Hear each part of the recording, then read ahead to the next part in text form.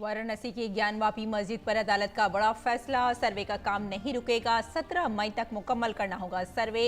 Court commissioner नहीं बदले जाएंगे, टीम में 2 और एडवोकेट कमिश्नर शामिल।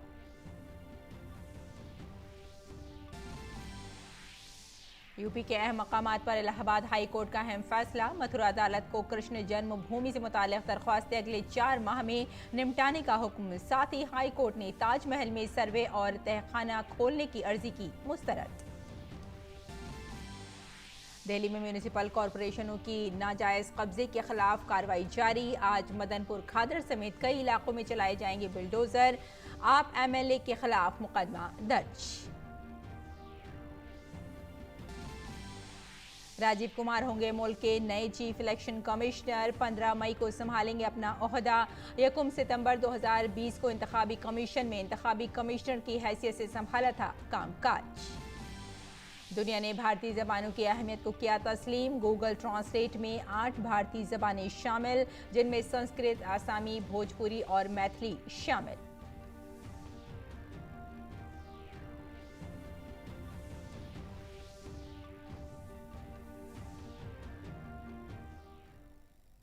आदाब नाज़रीन, खबरनामे में आपका इस्तकबाल है। मैं हूं आपके साथ रेशमा फारूकी। आइए तफसील से खबरों पर नजर डालते हैं। ज्ञानवापी श्रृंगार गौरी तनाज़े में वाराणसी की अदालत का फैसला आया है, जिसमें ज्ञानवापी केस में कोर्ट कमिश्नर अजय मिश्रा को नहीं हटाए जाएंगे। इसके साथ ही कोर्ट कमिश्नर के साथ 2 असिस्टेंट कमिश्नरों की तकर्री की जाएगी और ज्ञानवापी में 17 मई से पहले दोबारा सर्वे किया जाएगा। अदालत ने कहा कि मस्जिद के हर कोने का सर्वे किया जाएगा। अदालत ने इस कार्रवाई को सख्ती से मुकम्मल करने का हुक्म दिया है। केस में ज़िला अदालत ने 3 दिन तक जारी रहने वाली समाअत के बाद फैसला महफूज कर लिया था।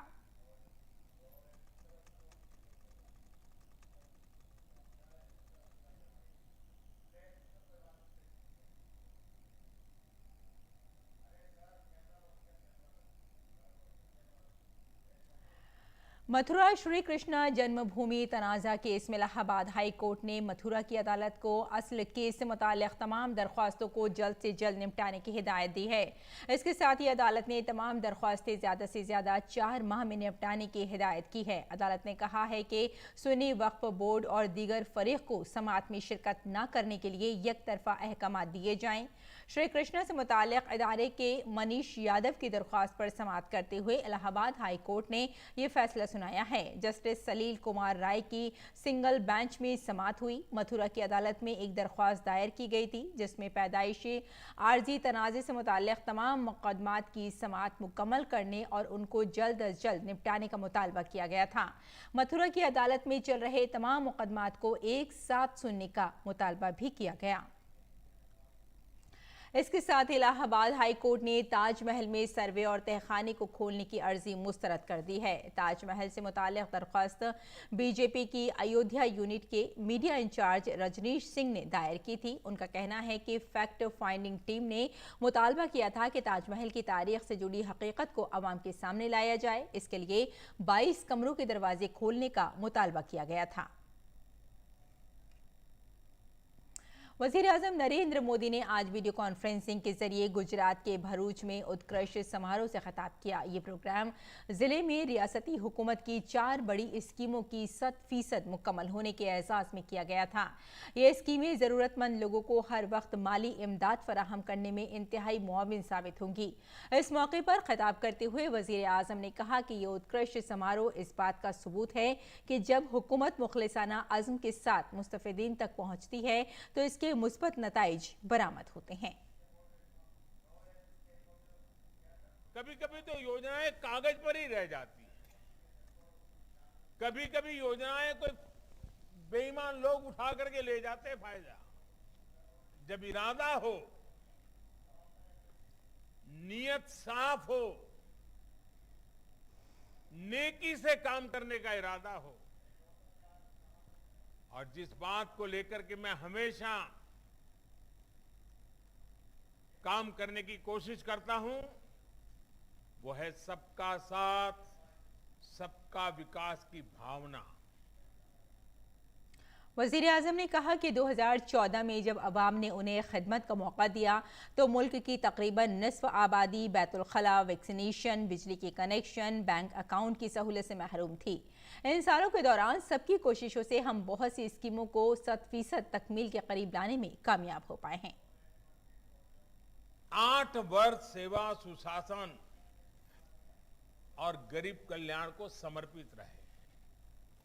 आज जो कुछ भी मैं कर पा रहा हूं वो आप ही लोगों के पास सीखा हूं, आप ही के बीच में जीते हुए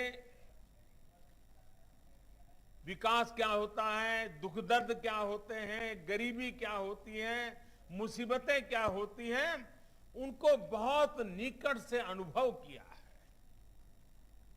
और वही अनुभव है जिसको लेकर के आज पूरे देश के लिए, देश के करोड़ों करोड़ों नागरिकों के लिए एक परिवार के सदस्य के रूप में काम कर रहा हूं। सरकार का निरंतर प्रयास रहा है कि गरीब कल्याण की योजनाओं से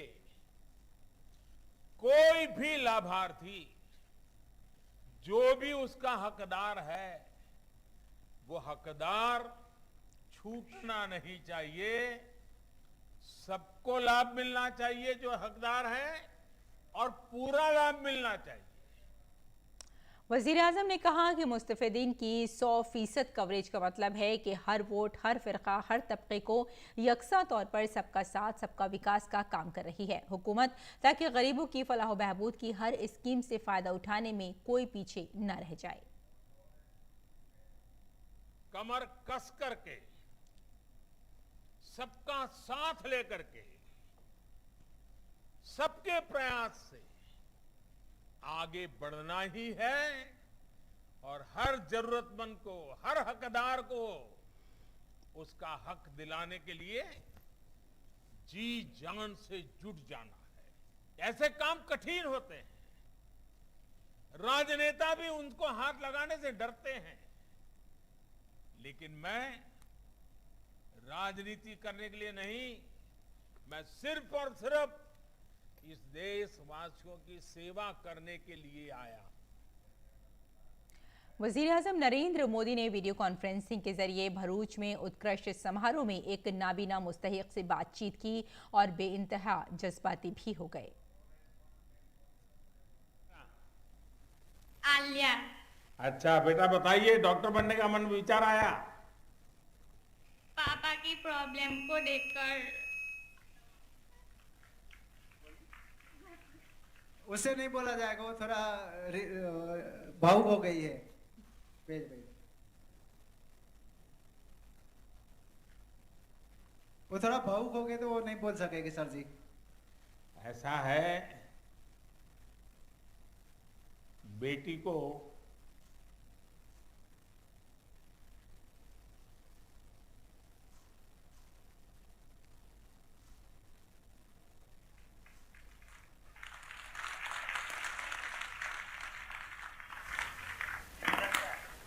दिखानी नहीं बोले मगर। हाँ तो भेज दे।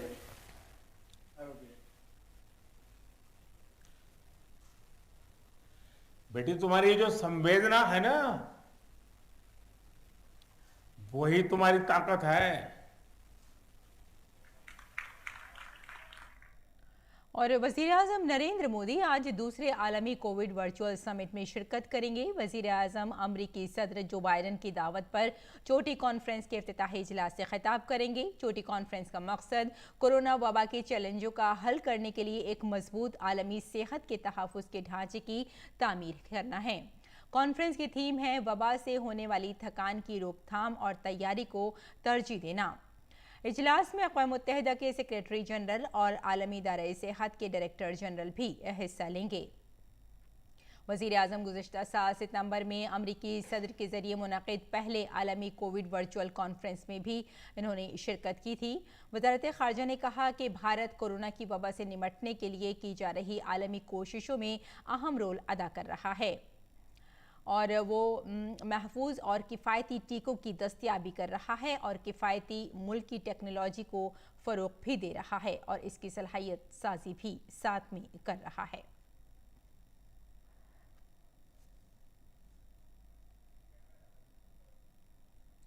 और वज़ीर आज़म नरेंद्र मोदी ने महोपाध्याय पद्मश्री भागीरथ प्रसाद त्रिपाठी वागेश शास्त्री के इंतकाल पर ताज़ियत का इजहार किया है। वज़ीर आज़म मोदी ने ट्वीट पर अपने ताज़ियती पैगाम में लिखा, प्रोफेसर भागीरथ प्रसाद त्रिपाठी वागेश शास्त्री ने जदीद साइंसी तरीक़ों का इस्तेमाल करते हुए संस्कृत को नौजवानों में ज़्यादा मकबूल करने में ग्रां कद्र ताउन किया। वो इंतहाई बड़े दानिश्वर थे।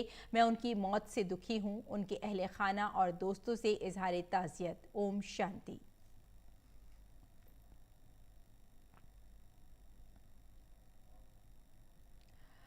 अगली खबर की जानिब बढ़ते हैं। 10वें Hind Oman joint business council meeting के मौके पर ओमान के कॉमर्स, सनत और सरमायाकारी के फ़रोग़ के वज़ीर कैस बिन मोहम्मद अल यूसुफ ने कहा कि ये यकीनी तौर पर जॉइंट बिजनेस काउंसिल की 10वीं मीटिंग है, लेकिन हमारा रिश्ता 5000 साल पुराना है। मेरे ख्याल में दोनों ममालिक के दरमियान ये मुलाकात दोनों ममालिक के दरमियान तिजारत को फ़रोग़ देने में बहुत अहम साबित होगी। ओमान के वज़ीर ने उम्मीद जाहिर की कि आने वाले वक्त में हिंदुस्तानी फार्मा कंपनियों का किरदार ओमान में बढ़ेगा और दोनों ममालिक के दरमियान तिजारत को फ़रोग़ मिलेगा।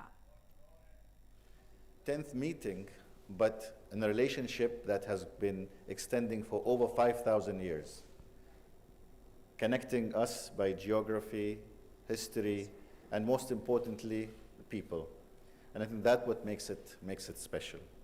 His Majesty, with his new government, is setting a new direction, giving the financial file, the economic file, and the social file a greater importance and focus.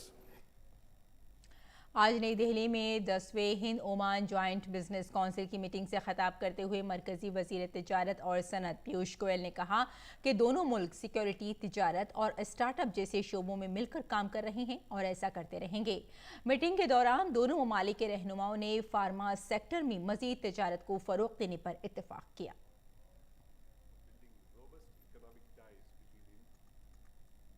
Let's not leave any stone unturned, whether it's security, whether it's sustainability, whether it's powering new businesses, whether it's startups, in every which way. These are two countries that can work together, that can really help improve the lives of 1 billion plus people in India, maybe the 5-6 million people in Oman. मरकजी वजीर धर्मेंद्र प्रधान की मौजूदगी में भारत और मुत्तहिदा अरब अमारात के दरमियान मुफाहमतनामे पर दस्तखत किए गए। मुत्तहिदा अरब अमारात में भारत के सफ़ीर संजय सुधीर ने मुआहदे के बारे में वजाहत करते हुए कहा कि NSDC यानी नेशनल स्किल डेवलपमेंट कॉरपोरेशन और इमारात की एक बड़ी कंपनी DP वर्ल्ड के दरमियान एक मुआहदा हुआ है, जिसमें यह फैसला किया गया है कि वाराणसी में स्किल डेवलपमेंट सेंटर कायम किया जाएगा। और बिहार में सरमायाकारी के इम्कानात तलाश करने के लिए आज दिल्ली के ताज होटल में बिहार इन्वेस्टमेंट समिट का इनेकाद किया गया।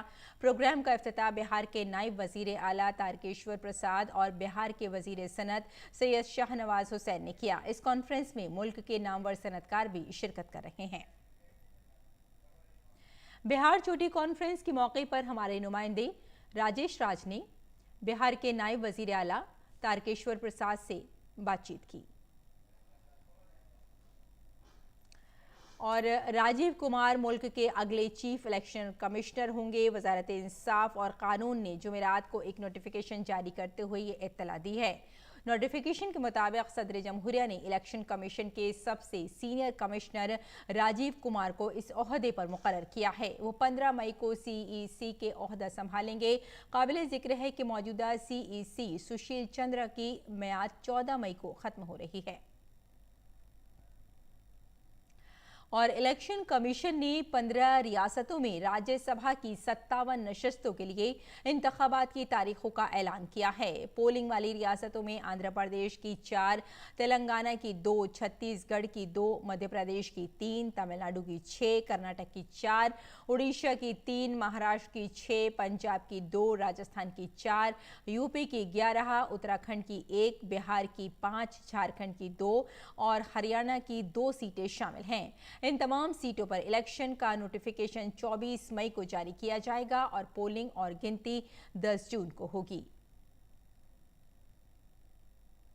गूगल ने भारत की ज़बानों को मंजूरी देते हुए और उनका एहतराम करते हुए संस्कृत समेत 8 भारतीय ज़बानों को अपने गूगल ट्रांसलेशन में शामिल किया है, जिनमें 8 भारतीय इलाकाई ज़बानें संस्कृत, भोजपुरी, मैथिली, कोंकणी, आसामी, मणिपुरी और मीज़ो और डोगरी हैं। अब तक इसमें कुल 133 ज़बानों का तर्जुमा किया जा सकता था, ताहम गूगल ने इसमें मज़ीद 24 ज़बानों का इजाफा किया है। जो ज़बानें शामिल की गई हैं उनमें से कुछ भारत में बोली और लिखी जाती हैं।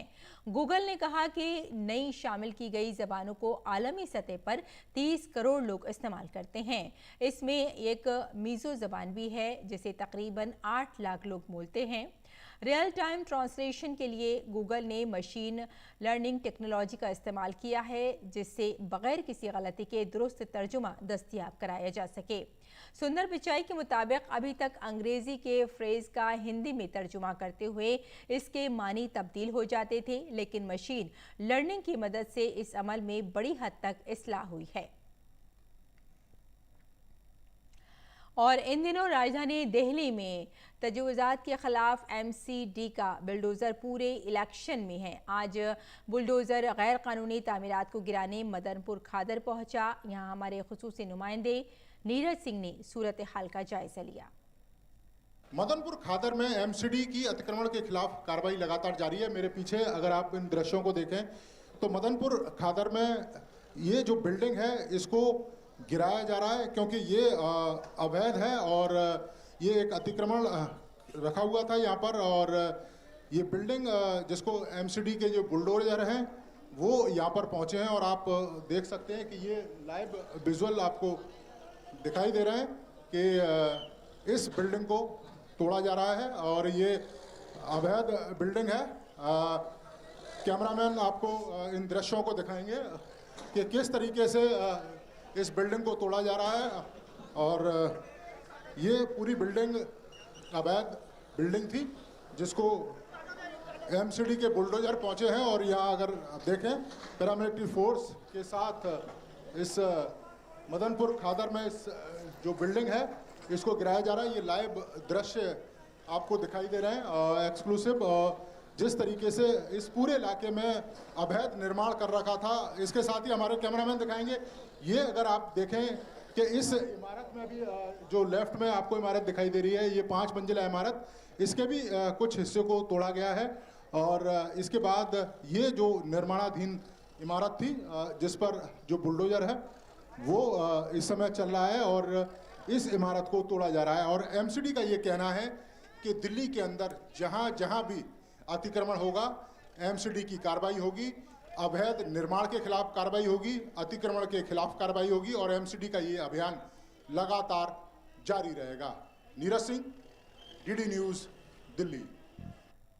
आम आदमी पार्टी की MLA अमानुल्लाह खान ने भी दिल्ली में तजवीज़ात के खिलाफ MCD की मुहिम की मुखालफत करते हुए कहा कि वो तजवीज़ात के नाम पर लोगों के मकानात गिराए जा रहे हैं। इससे कबल शाहीन बाग में भी उन्होंने मुहिम की मुखालफत करते हुए कार्रवाई में रुकावट डालने की कोशिश की थी। उनके खिलाफ सरकारी कामकाज में रुकावट डालने का मुकदमा भी दर्ज किया गया था। लोकसभा स्पीकर ओम बिरला ने आज अरुणाचल प्रदेश असेंबली की इमारत में वाक़े म्यूजियम का इफ्तिताह किया। म्यूजियम में अरुणाचल प्रदेश की जमहूरियत के सफ़र को ख़ास तौर पर दिखाया गया है और रियासत के सकाफती विरसे की एक झलक भी दिखाई जाएगी। इस दौरान तमाम शुमाल मशरक़ी रियासतों के असेंबली स्पीकर भी मौजूद थे। इस मौके पर लोकसभा स्पीकर ने कहा कि हमें तारीख़ से जुड़े रहकर आगे बढ़ना ज़रूरी है। ओम बिरला ने आज रियासती असेंबली में दौलत मुश्तरका पार्लिमानी एसोसिएशन के इजलास का इफ्तिताह किया। राज्यसभा के डिप्टी स्पीकर हरिवंश, अरुणाचल प्रदेश कानून साज असेंबली के स्पीकर पासिंग जॉर्जी सोना और अरुणाचल प्रदेश के वजीर आला पेमा खांडू वगैरह ने इस तकरीब में शिरकत की।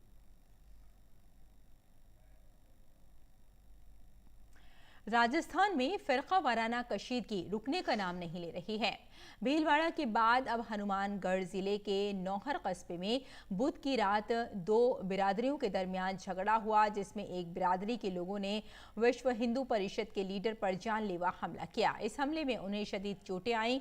बादअज़ां उन्हें तशवीशनाक हालत में सरकारी जिला अस्पताल के ट्रॉमा सेंटर में दाखिल कराया गया, जहां उनका इलाज जारी है। पुलिस ने इस मामले में 2 अफराद को गिरफ्तार किया है।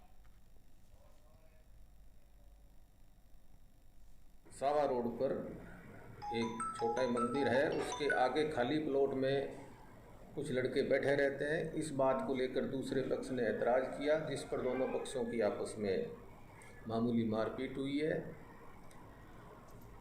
एक व्यक्ति को सतवीर नाम है, उसको रेफ़र किया है, उसके सिर में एक चोट है, 2 के मामूली चोट है जो यहीं पर है।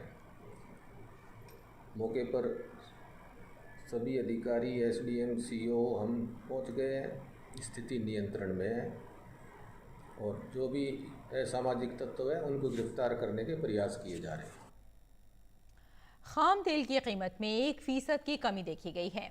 ब्रेंट खाम तेल तकरीबन $106 फी बैरल है। कीमतों में ये कमी पूरी दुनिया में मांग में कमी के पेश नज़र की गई है। दुनिया भर में बढ़ती हुई कीमतों, चीन में मांग में कमी और अमेरिका में बढ़ती हुई शरह सूद ने तेल की कीमतों पर कुछ दबाव डाला है, लेकिन $100 से ऊपर की कीमतें अब भी भारत के लिए अच्छी खबर नहीं है। एप्पल अब दुनिया की सबसे बड़ी कंपनी का एजाज खो चुकी है। सऊदी अरामको अब $2.72 ट्रिलियन की मालियत के साथ दुनिया की सबसे कीमती कंपनी बन गई है। एप्पल की मार्केट कैप $2.37 ट्रिलियन है। और खेल की खबरों में आईपीएल में आज होने वाले मैच में चेन्नई सुपर किंग्स का मुकाबला मुंबई इंडियंस से होगा। दूसरी जानिब मुंबई जहां प्लेऑफ की रेस से बाहर हो गई है, वहीं धोनी की टीम चेन्नई की राह में भी काफ़ी मुश्किल नजर आ रही है। पॉइंट्स टेबल की बात की जाए तो मुंबई फिलहाल 10वें मुकाम पर है, वहीं सीएसके 9वें मुकाम पर है। और वाज़ेह रहे कि इस सीज़न में पहली मरतबा जब इन दोनों के दरमियान मुकाबला हुआ था, तब बाजी सुपर किंग्स ने मारी थी। तो नाज़रीन, खबरनामे में फ़िलहाल इतना ही। इजाज़त दें, आदाब।